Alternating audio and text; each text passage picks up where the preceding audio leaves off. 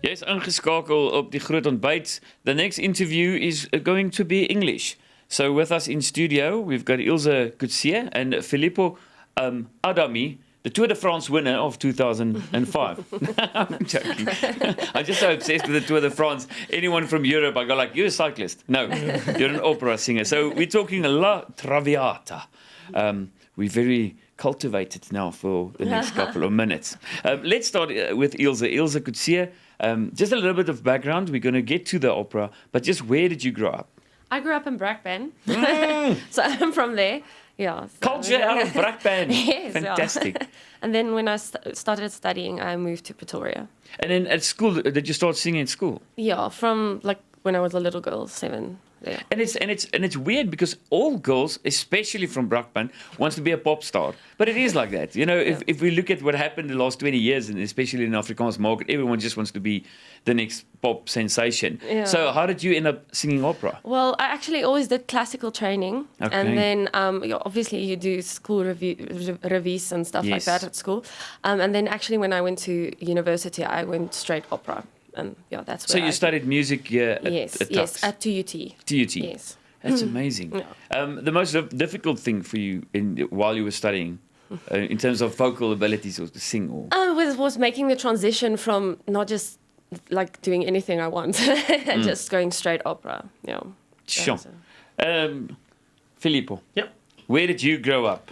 I grew up in Florence, where I live today. Yes, and you still live in Florence? I still live in Florence, in the countryside. In the countryside? Yes. Okay, we're going to focus on Brakpan for the next 5 minutes. That is, of course, much better. I can't believe it. And as your childhood, your happy memories? Just tell us about, because our cultures differ immensely, especially when you say you grew up in a place that we see as a holiday. It's like a permanent holiday, but for you it was reality. Your family and such, or your childhood memories, what's the fondest? Oh, well, my father grew me up listening to opera. Okay. I remember him listening to all these very old CDs, or no, there were no CDs. I'm not that young, luckily. LP. So yes, and so that's how I grew up, listening to opera. So you grew up in a house. Yeah. And also my grandmother, she was always singing the whole time. She sang La Traviata the whole time. She knew. My grandmother knew how many times your father says "piangi, piangi" to Violetta, actually, because she did count. She counted. So they really into classical music, and food also important, because we think Italian, we go like food. Yeah. Music and food goes together. Actually, it does. You grow up eating, probably. Of course. And So for yourself, at school started singing, or only after school? No, the music program in Italy is not that good that you can actually start learning music from when you are a child. So there's a conservatory of music, so you start learning music as a singer, as an almost adult. I started when I was 17, 18. So I started learning piano when I was like from 10 to 15, something like this, but I'm really bad in playing piano. Okay, that's one of my questions was, do you also play instruments, or just piano? Piano. And Ilze, any other instruments, or just vocally? Also piano. You see, but I think, with opera, it is your main focus must be your voice. It's the first thing, and you need to keep on practicing. If you don't sing for 6 months, you've got problems. 3 weeks are enough, maybe 2 are enough. Even 3 weeks not singing, you're in trouble. Yeah. People don't realize that, because it's really an art. Yes. Something different. So I think it's like doing like a very detailed painting. Yeah. It's like making an art form, so that it is very detailed. So it takes so much of thought.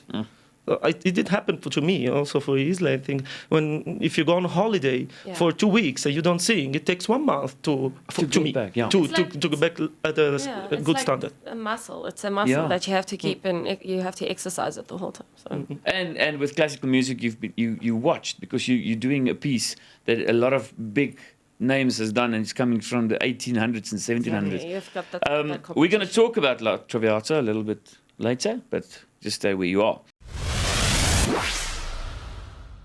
Jy is ingeskakel op die groot ontbyt, and we continue our conversation La Traviata this morning. Ilze Coetzee and Filippo Adami in studio all the way from Italy, all the way from Pretoria. It's fantastic. We're building bridges. And we're not in competition. We're working together as countries. You're changing the European Union here. No. So just to get back to La Traviata and opera, we just discussed in the ad break that in South Africa, it became so much more difficult having big operas and classical music the last 20 years. But in Europe, it's huge. You can make a living for the rest of your life. Could you see it when you come visit South Africa? Can you see that we're a bit struggling? Well, this is quite obvious, I think. But the point is, what the Brooklyn Theatre is doing, I think is, and not because I'm working for them, so I don't want to be kind, but I think it's really very important, maybe for the country and for the culture, generally speaking, and for the people, because opera helps people to elevate themselves. It's like art, any kind of art helps to elevate people. And so what the Brooklyn Theatre, even in this small theatre, but it's very nice, is doing, I think it's very important. And you don't feel guilty promoting them because they're really doing something that is important. And that's why you're here. So if we talk rehearsal times, Ilze, you've been rehearsing now for since the 2nd. Since the 2nd. Yeah, of July. Yeah. And just working, is first time you work together, the two of you? No, we've done a duet concert together, Okay, so you kind of know each other. Yeah, we know each other. And it's comfortable. Yeah. You're very. Okay, very. So in rehearsals, she's very patient. Is she very patient? Are you making mistakes all the time? Every time. He corrects me all the time. Okay, so you know each other quite well. How does the rehearsals work? How many hours can you go till? Because it's very stressful on your voice.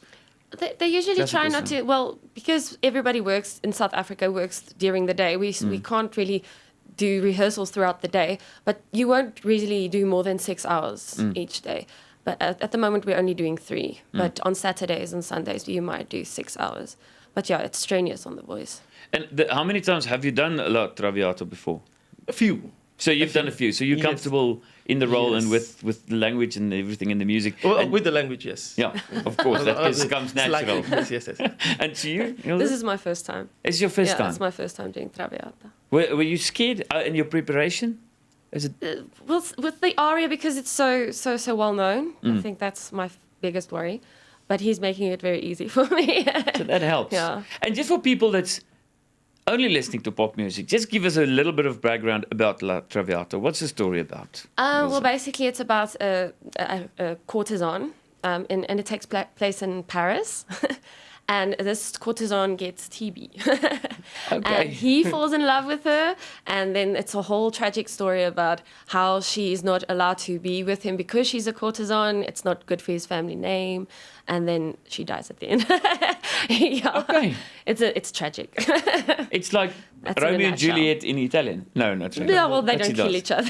Yeah, they don't kill each other. Only she dies. She dies, Someone has to die in opera. Always someone has to. On a high note. On a high note. It's not a death, it's not on a high note. The low point of the opera.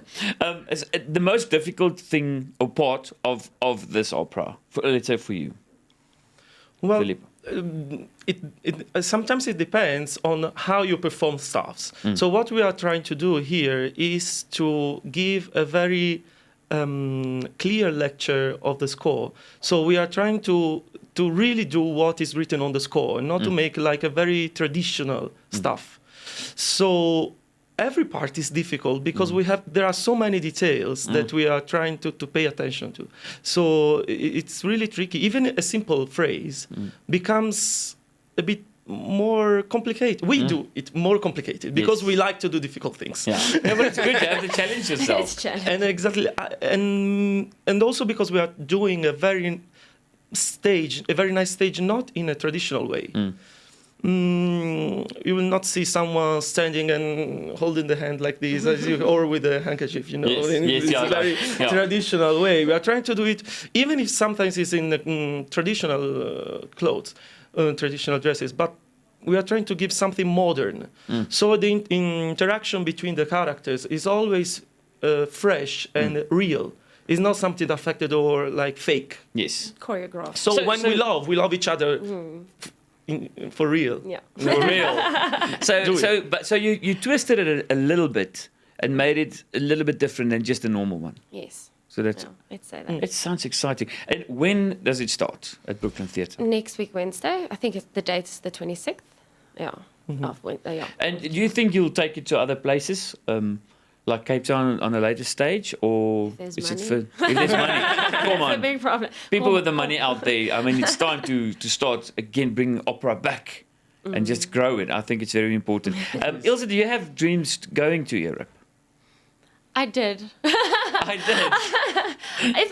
If the opportunity comes up, I'll probably take it. But I mean, at the moment, I'm very happy to sing in South Africa. I'm getting jobs here, and that's what, and I'm enjoying it. And you're enjoying it. I just want to keep on enjoying it. I don't want to start making it my job. So I just want to do it for fun as well. Yeah. But Filippo, I mean, you've sang all over the world. Your favorite venue, place to sing, or concert hall, or Abu Dhabi. I'm very. Well, where you go abroad. You were there. Yeah. Well, I'm very happy when I go to Japan, and because there it's quite special. But I like it here as well. Okay, so you like South Africa. Yeah. I like South Africa very much because it's being home a bit. They treat me like being home, so it's very nice. Let's talk about the crime in the countryside of Venice now. We want to all go to Italy, help us. Thank you for the visit, but I've got one last question, and this is a test. When was the first La Traviata? In the 19th century. What date? It's a day after my birthday. It was the 6th of March in 1853. 1853. But you are reading. That's not fair. That's I was googling. Who did Violetta the first time ever? No, see, no. I can give it to you. Like that. This is quite funny. Fanny Salvini Donatelli. Oh. Yes, and Alfredo was done by? Can I read? You can do that word perfectly.